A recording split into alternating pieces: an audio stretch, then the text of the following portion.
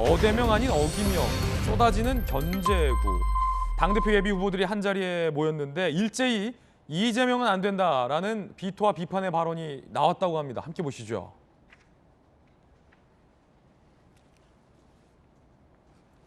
서른 당권 주자죠. 이재명 누가 봐도 변호사비 대납했을 것이라고 보는 것이 상식적이다.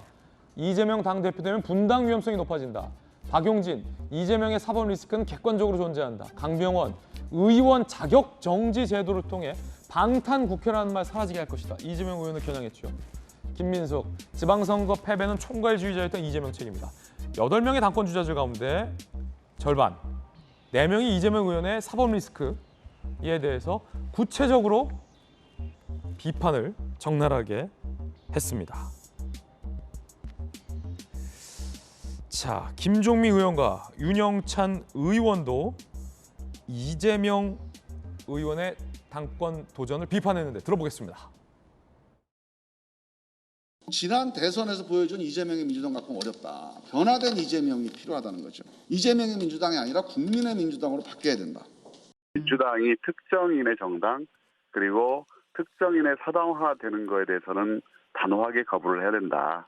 이재명 후보를 중심으로 해서 민주주의적인 질서와 제도적인 과정 이런 부분들이 굉장히 흐려진 부분이 있습니다.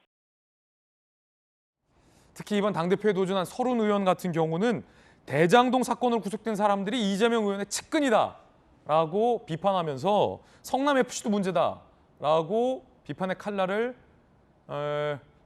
높였습니다. 그러자 친이재명계 의원인 박찬대 의원과 이재명 의원 본인은 어떻게 얘기했을까요? 들어보시죠. 대장동 의혹도 보더라도 지금 구속돼 있는 사람들이 다 아주 측근 중에 측근들이었습니다. 그리고 뭐 성남FC 후원금 문제 이것도 객관적으로 누가 보더라도 그 문제가 심각하겠네라고 나오는 것이 뭐 틀리지 않는 이야기입니다.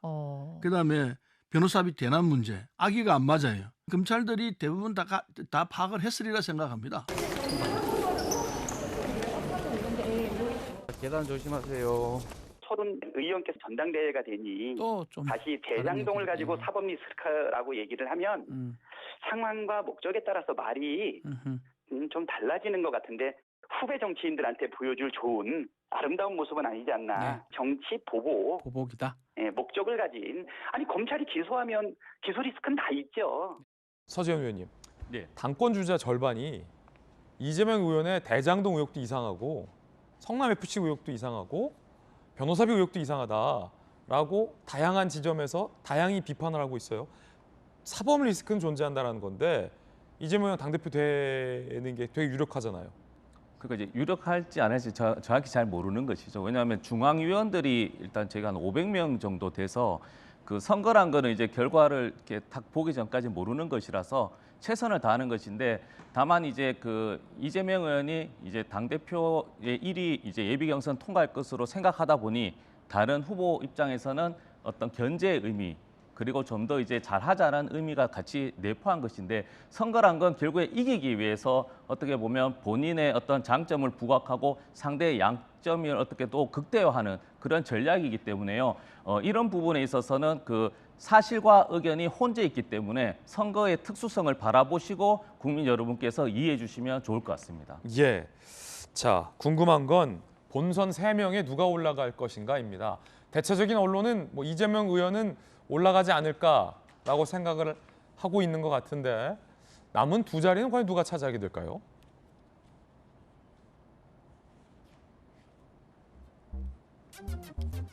본선행 2명은 누가 이재명에 맞설?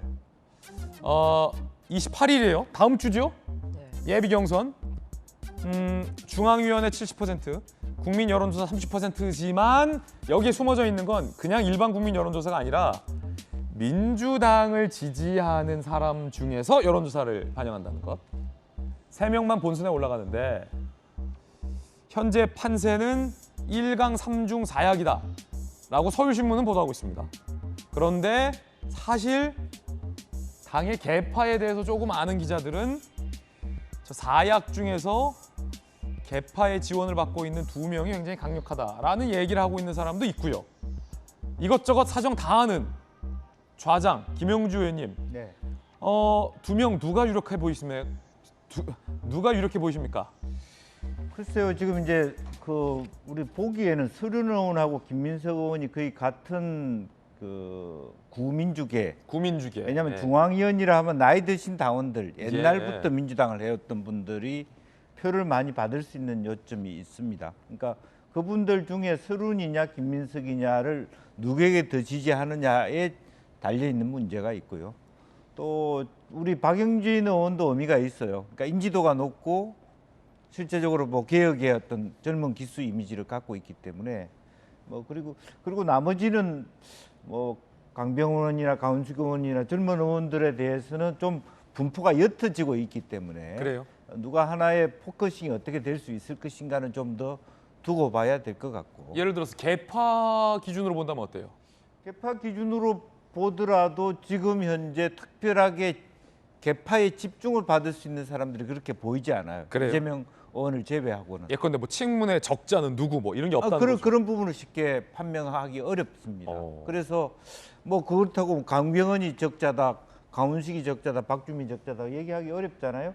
오히려 이제 전체 구조로 보면 서른과 아까 말씀드린 김민석 의원이 구민주계, 즉 오래 당을 하신 분들, 중앙위원들이 많이 있기 때문에 오히려 예. 어찌 보면 이낙연 그 대선 후보 대 이재명 대선 후보의 어떤 경쟁 조건처럼 그게 이제 날이 네. 이 안에 서 있지 않느냐. 예. 오히려 이제 최고위원 선거 가서는 친문 적자냐 친노 적자냐 이렇게 분화될 수 있지만 당 대표 부분에 있어서는 그런 부분이 명쾌하지 않기 때문에 오히려 명확한 그러니까 그 이재명이라고 하는 후보가 이제 어가 아니라 어차피가 아니라 확실히 확대명 이런 개념까지 나오는 이유가 거기에 있지 않냐 그렇게 보여집니다.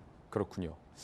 전조 의원님, 한편 이재명 의원 입장에서는 좀 야속할 수도 있겠는데 동료 전당대회 주자들이 다른 땐 다 가만히 있다가 선거되니까 사법 리스크 얘기도 하고 국민의힘도 가만히 있는데 성남 FC 얘기도 먼저 꺼내고 사법 리스크는 뭐 박용진 의원은 뭐 확실히 실존한다 뭐 이런 얘기도 하고 하니까 구구절절히 옳은 말씀을 하시네요. 누가요? 당권 주자들이. 그렇습니다.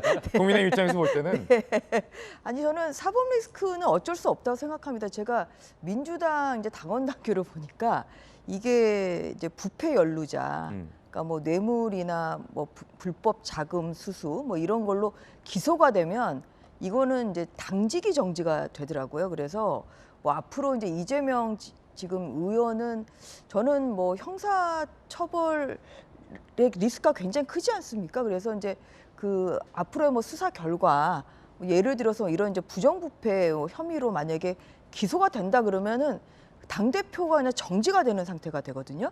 그러면 국민의힘보다 훨씬 더 복잡한 상태가 되는 거죠. 그 국민의힘은 지금 6개월이지만 여기는 기소와 동시에 정지된다 이렇게 돼 있어서 기약할 수 없는 좀 상태가 되기 때문에 그럼으로써 이 이재명 의원이 당대표가 된다고 하면 사실 현재 가지고 있는 사법 리스크가 현실화될 가능성이 크다 그러면 이게 언제까지 그러면 이 당대표 정지가 될 거냐.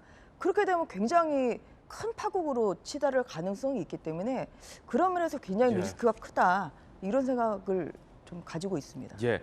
반면에 이재명 의원과 친이재명계 의원에서는 전혀 사법 리스크는 없다라고 반박하고 있다는 점도 말씀드립니다. 저희들은 60초 광고 보고 돌아오겠습니다. 잠시 후에 뵙죠.